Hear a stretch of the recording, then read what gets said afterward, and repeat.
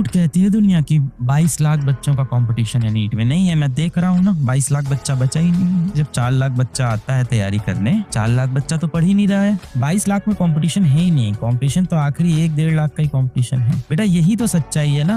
मैं कितनी बार बोलता हूँ आपसे कि रिजल्ट वाले दिन नहीं आता है, उससे बहुत पहले आ चुका होता है। रिजल्ट वाले दिन बस आपके सामने दिख जाता है, आता उस दिन नहीं। नीट का रिजल्ट ऐसा नहीं है कि आपका अगस्त सितंबर में आएगा। नीट का रिजल्ट आपके सामने अभी भी है, बस आप देखते उस वक्त उसको जाके। और जो ट्रेंड यहाँ है वही ट्रेंड जमाने में है। ये है कंपटीशन। 22 लाख बच्चों में कंपटीशन नहीं है, ये है कंपटीशन लास्ट के 3 लाख बच्चों का 15%। हम लोग 12 बोलते हैं ना कि 22 लाख बच्चे नीट में बैठेंगे, इतना बड़ा कंपटीशन है, 22 लाख स्टूडेंट्स बैठते हैं नीट के एग्जाम में। नहीं, ये कंपटीशन नहीं है। कंपटीशन ये है बेटा लास्ट का। ये जो 3 लाख बच्चे हैं ना, यहाँ होता है कंपटीशन। 3 लाख स्टूडेंट्स, ये है एक्चुअल कंपटीशन आपका। और अब यही लोग बचे हुए हैं। और यही ना गिरते गिरते अभी 15 से ये हो जाएगा 10%, 2 लाख बच्चे। फिर ये गिरते गिरते वहां से और कम होता जाएगा ये डेटा, 5%, 4%। फिर वो अंत वाले बच्चे पहुंचते हैं गवर्नमेंट मेडिकल कॉलेज में। कहाँ प्रॉब्लम है बताओ, कहाँ दिक्कत है बताओ। पर आप खुद सीरियस नहीं है। मेरे पास एक लड़की आई, उसका नाम है ब्यूटी झा।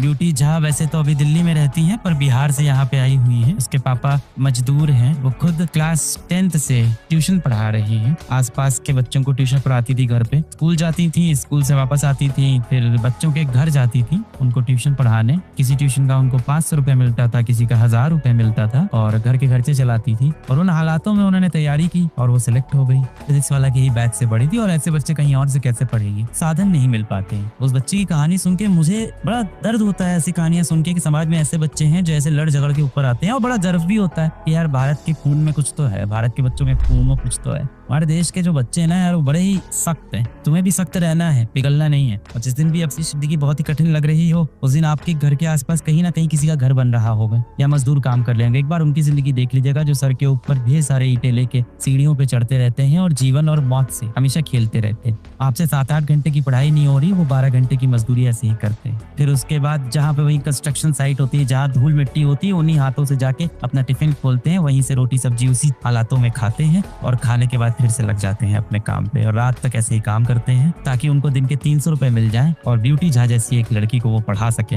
जो उनका नाम रोशन कर सके। कहने का मतलब है, एक बार अपने पिताजी की तरफ देखिए कि कैसे वो दफ्तर में जाके अपना काम करते हैं। आप बेवजह के लोगों के पीछे अपना समय बर्बाद कर रहे थे, बेवजह की चीजों के पीछे अपना समय बर्बाद कर रहे थे। किसी को बेवजह आप मैसेज किए जा रहे थे, उनके मैसेज का इंतजार कर रहे थे, रोए जा रहे थे।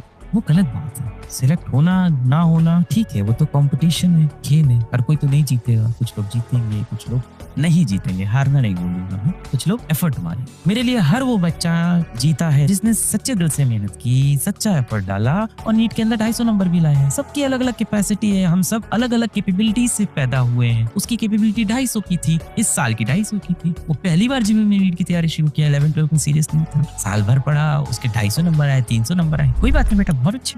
थोड़ा देर में शुरू किया था उसने। हो सकता है उसका नीट ना भी लिखने, पर उसको मेहनत करना, डिसिप्लिन में रहना, कंसिस्टेंसी से पढ़ना, डिस्ट्रैक्शन से दूर हटना, ये सारी चीजें आ गई है ना। नीट का एग्जाम आपके लाइफ का ना पहला एग्जाम है ना आखिरी एग्जाम है, बस शुरुआत है। अभी तो आगे बहुत चीजें होनी है। यहाँ से आप सीख के जाओ मेहनत करने का तरीका, बस ऑनेस्ट रहने का तरीका, वफादार रहने का तरीका, अपने डिसीजंस पे स्टिक रहने से।